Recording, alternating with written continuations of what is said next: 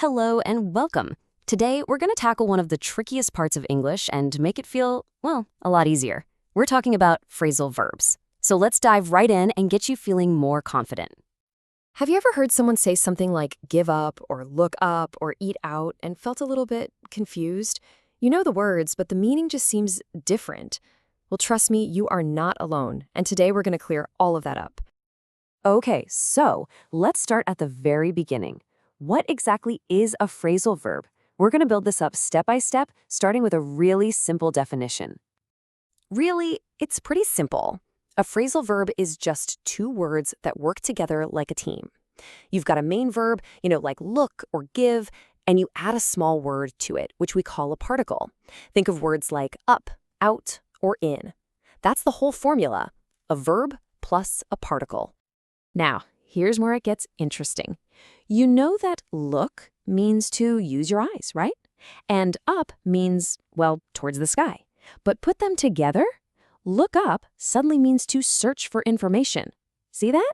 The two words create a brand new meaning. Here's another perfect example. Go through.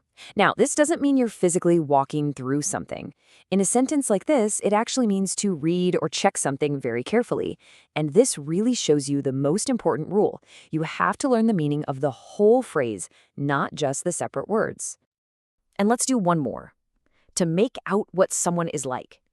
This has nothing to do with building something with your hands. It actually means to understand someone's character or their behavior. So again, the verb make and the particle out come together to mean something totally new. So these little words, the particles, are the ones you're going to see all the time. Words like up, down, in, and out. You already know them, but just remember, when they join up with a verb, they can create a whole new phrasal verb. All right, let's move on to the next big idea. Now that we know what a phrasal verb is, we have to talk about something super important. How one single phrasal verb can have lots of different meanings. It really all depends on the context, the situation you're in. Okay, this is probably the most important tip I can give you. Don't think of phrasal verbs as two separate words. Just treat the whole thing as one new vocabulary word you have to learn. Because, as we're about to see, the exact same words can mean completely different things. Let's go back to our friend look up. It's a perfect example.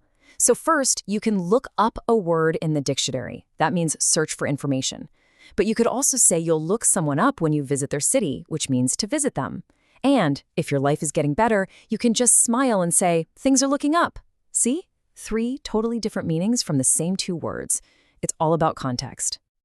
Okay, so we're getting the hang of the meaning, but what about the grammar? How do we use them correctly in a sentence? Let's go over a few simple rules, and I promise we'll keep it super clear and easy.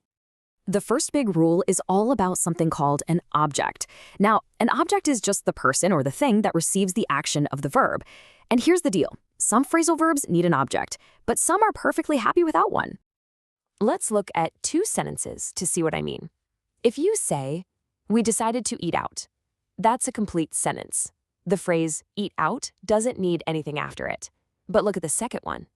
This photo brings back. Brings back what? It brings back happy memories. You see? In this case, happy memories is the object. And just a quick note, that object can be a thing, which you'll sometimes see written as STH for something, or it can be a person, which you might see as SB for somebody. This is going to be helpful for our next couple of rules. For example, let's take ask out, which means to invite someone on a romantic date. The rule here is simple. The object has to be a person. So you can ask Poppy out. That makes sense. But asking your dog out?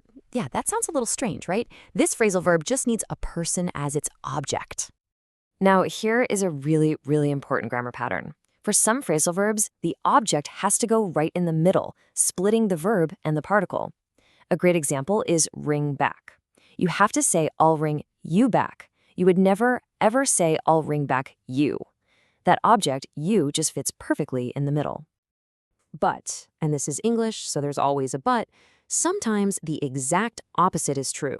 For a verb like look after, which means to take care of, the object must come after the whole phrase. You say, can you look after the cat?